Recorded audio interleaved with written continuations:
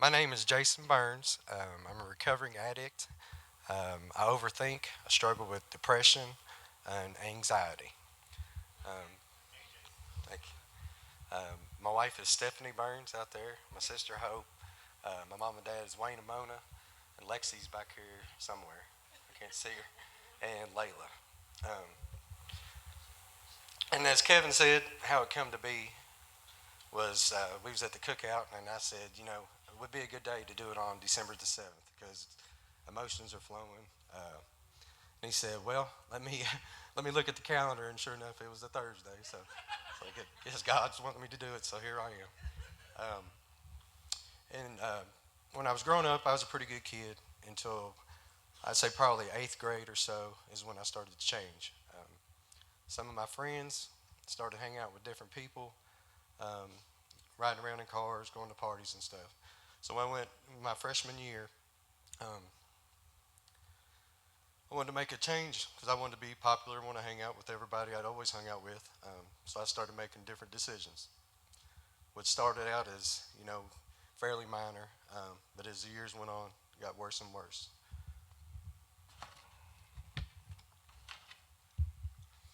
Um,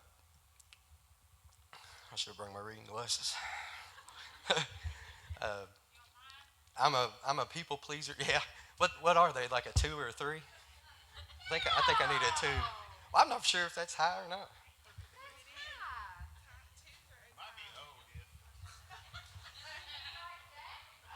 Oh yes. This work. All right. So I'm a people pleaser. So I would do things, to make people happy. And I always wanted to be the life of the party. When I pulled up, I wanted to be like, Burns is here. It's time to get down. I wanted people to laugh at me all the time. I wanted to be like the center of attention. Which in high school it was just mainly drinking, smoke some weed, quite a bit probably, doughboy, right? Uh, and some pills. Sorry, man. Uh, but then when I was a senior, I decided I wanted to go to Morehead State and try to play golf. I was going to walk on. But right before I went to college, probably 3 weeks before I got arrested, there was a gas station. It was called Exxon. I don't know what it's called now. But I happened to pull in a parking spot to do something illegal. Um, and there was people there just happened to be like 15 minutes before me. So as soon as I put it in park, here comes cops. Well, they was coming. They had a call for them. So I just happened to be in their spot. Um, so then go to jail, do my 7 days, go to college. Started trying out for, I was going to try to make my life better. So I quit, doing drugs and stuff. And I still drank because it was college, obviously. Um, but I was playing real well. I had an average of 73. I don't know if anybody knows much about golf, but I had an average of 73. It was probably one of the, I think I was like second in averages. I think somebody had a 71. And everything was going good. That was probably like 3 or 4 weeks into it. Um, then I received word that the coach wanted to have a meeting with me on Tuesday at 7 a.m. My roommate Tommy Grayson played golf also. He said, "Well, I'll go with you to the meeting." I kind of had a feeling what it was. So we go in there at 7. The coach he said, "Well, I've got word. What happened? And since you're trying to walk on, we don't have any room for that on our team." And we begged and pleaded, and I was like, I've changed. I'm trying to get my life together, but I'm a walk on. I'm a freshman. He had no idea who I was. Uh, so that was that. So right after that, I just started going back to what I was doing. All kinds of drugs, coke, uh, mushrooms, acid. I mean, whatever I could get my hands on. So after that first year at Moorhead, my grades were awful, which I didn't hardly go to class. All I wanted to do was party. I come back home, went to 1 year out here at MCTC, which is probably not a good idea because I had a lot of friends there too. So going in and out of college, I'd see them either we'd go in together or somebody be coming out. And if they was like, "Hey, you want to go hang out now?" I would just turn right back around and go instead of going to class. We would go to our buddy Greg's house, 10 o'clock in the morning, and just start drinking and other stuff also. Um, so after that year at MCTC, again, my grades were horrible, so I decided I was just going to, get the job and work. So I went to work for my dad, which he owned G&W Distributing. Um, Me and Stephanie started hanging out not too much after that.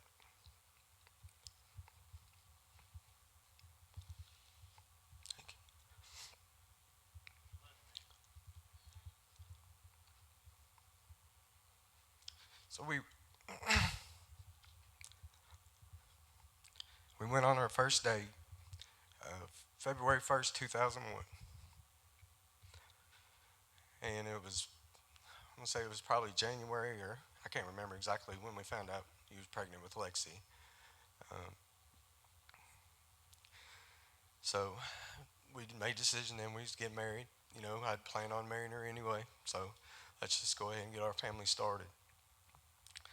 And it was probably March of that year was the first time I'd ever tried an OxyContin.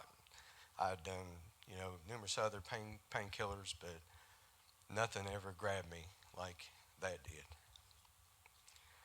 So it started off as like what I always like to view it as like I don't even want to call it a dessert. Like I would do other pills during the day, and then that would be like my special thing I did that day.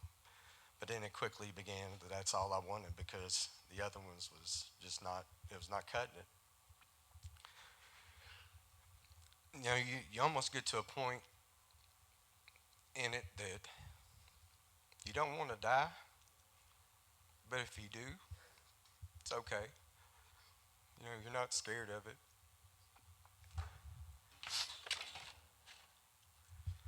On December 4th, 2004, Stephanie went and got the mail that day. We lived in Cedarwood. If you know anything about Cedarwood, you don't have mailboxes, so they have like, you go around the corner and there's all of them there in different areas. I always had the mailbox key, so I always got the mail, controlled what she saw and what she didn't see. And it was something for Christmas, I believe, that year. So she got in the mail, seen where I'd ran a credit card up like $8,000. Um, and she called me. I can remember I was working. I was in a big truck delivering. I was going past McDonald's going down the hill when she called. And I told her, I mean, how could you deny it? It was $8,000. Not to mention, we'd sold our Mustang for 4,500. Spent that. I got my Christmas bonus, which was thousands. Spent that. So what else are you going to say? Why is there an $8,000 credit card? So I rushed back to work, parked the truck, got my car, hurried back to the house. And when I got there, it was Stephanie and my mom and dad, and just sitting there.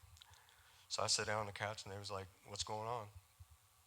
So I told them, I had a problem, what I was doing, and my parents, of course, they never partied, never drank, never smoked or nothing. So this is all new stuff to them, and my sister never did that either. So they never had to deal with it before. So they end up after a while. Obviously was yelling at me, and they left. And Stephanie ended up taking me down to Comprehend. And I can remember going in there, and I can't remember the lady's name. She'd been there forever. She said, "This is going to be a day you'll remember forever." And I thought, "There's no way." I mean, if I did, it would probably be something in a bad way. So she said, "Well, I'm going to get you set up. We'll go to a place in Lexington called The Ridge." Um, Stephanie was like, "I'll take you up there." But at the time, I was, trying to talk to her. She didn't know if she would still want to be with me because I was lying, deceit, um, stealing money without her knowing.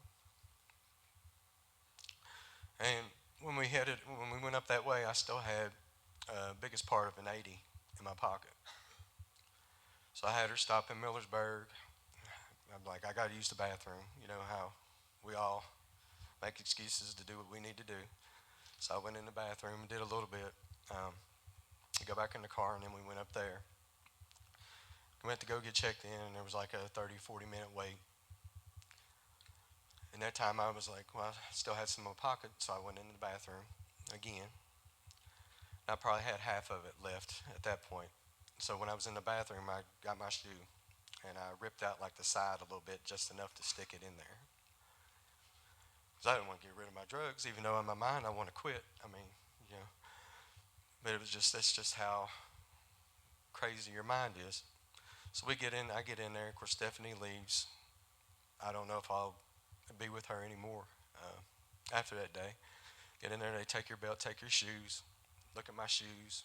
Didn't find anything. So they got me checked in. I went back there and I got in my bed.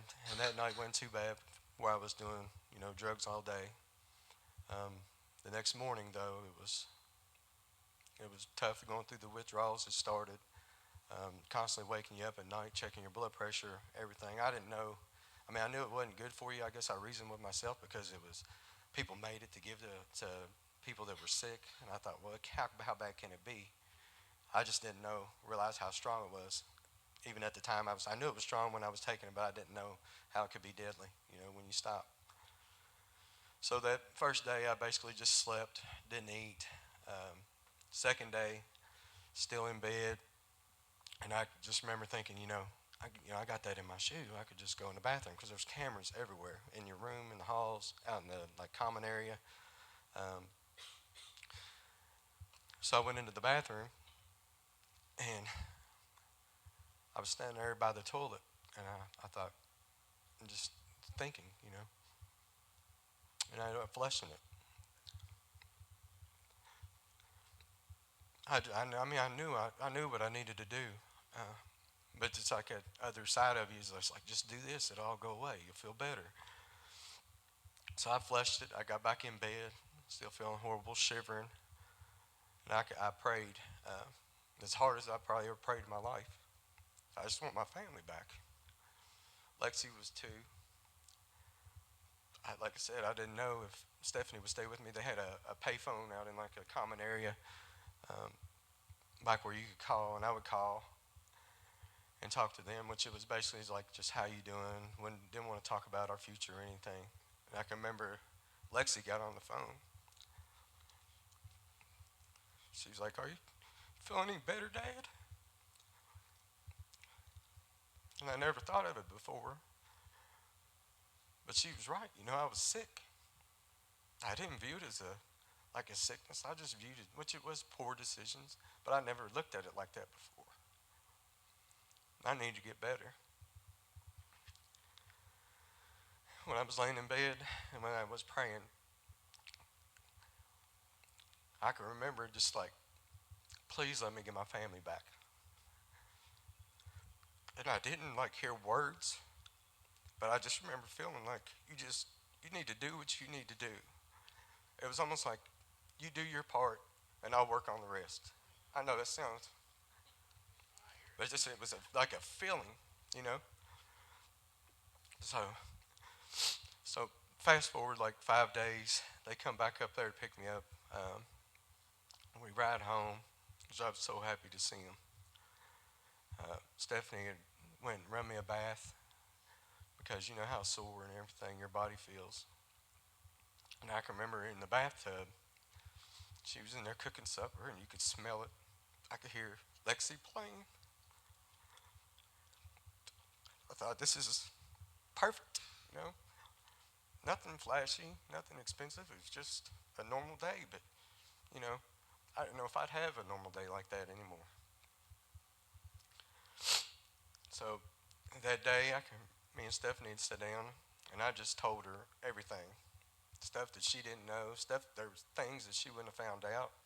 I told her how I did everything, how I would run do stuff during the day when I was work or on my lunch break, so that way when I got off work, if I needed to go get some OCs or something, I would have a half hour or something, and then I'd get home and be like, oh, he's just at the store because there was no time missing, you know.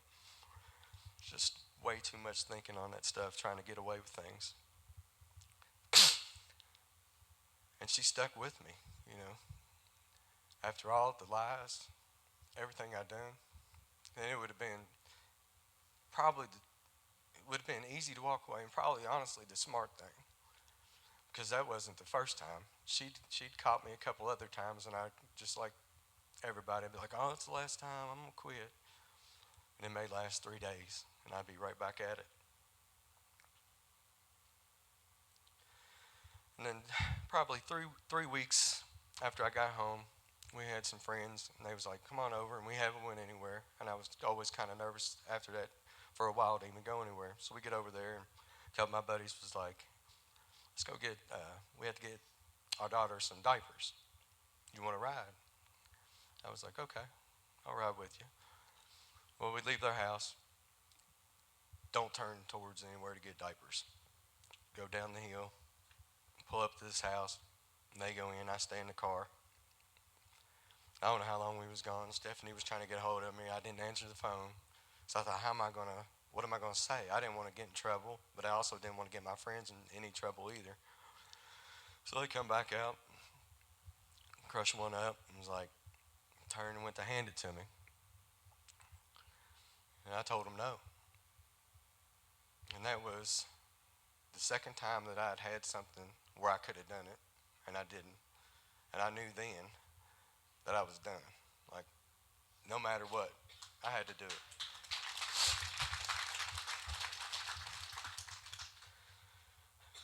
But it took years to build trust back with my family. I'd say probably a good 2 years into it, like if I'd run to the gas station to get something, and there was like 5 or 6 people in line, if it took me 10, 15 minutes too long, they'd be on me, and I couldn't even say anything because I lied all those years. You know, and over the years, it is a great day. It is a day to celebrate, but I also realize all those good feelings is not what everyone feels. I'm sure today reminds her of who I was, pain. I'm sure that goes along with my parents and probably even my sister. I know it was probably hard. So that's why over the years I really haven't talked about it much. I talk to people in like small settings, and I'd be willing to share, but I never envisioned myself getting in front of a big crowd and talking about it until Kevin hounded me for like 4 months. No, I'm playing. It was something I knew I needed to do, um, not just for me to say stuff, but anybody that hears it. It can't happen. I mean, we can do it. You're going to be faced with something tough sometime or another. You're going to be faced with a decision to go somewhere you know you shouldn't, with people maybe you shouldn't be hanging out with right then until they get their life together, even though you love them, even though they may be family, maybe your best friends. What I did was, after that, I just soaked myself up with my wife and my daughter. So I thought, she didn't do that, and my 2-year-old daughter definitely didn't do that. So how could I get in trouble? So what? And back in 2004, it wasn't like a cool thing to do. I didn't know anybody seeking treatment or anything. All my friends was still active addiction. Um, I really didn't know anybody. I went to Comprehend for meetings. I watched. I'm sorry if anybody works there and the drugs and stuff, but I watched like old videos and was like, score some marijuana. Like, we didn't talk like that. So I mean, that was kind of useless. So what I did was I just basically structured my life with good things to do. Like Stephanie can vouch for this, but I had like laundry Tuesday and Fridays, and that was Tuesday and Friday. And if something happened on Tuesday and I had to do it, I would get anxiety over just doing the stupid laundry on a Tuesday. That's Tuesday, I got to do it. But that was my structure. I structured myself in there where I knew I wouldn't tempt myself or be faced with a difficult decision. The things I learned probably the most over it was be honest, be humble, even after you get years or however long, never forget where you was. Be vulnerable.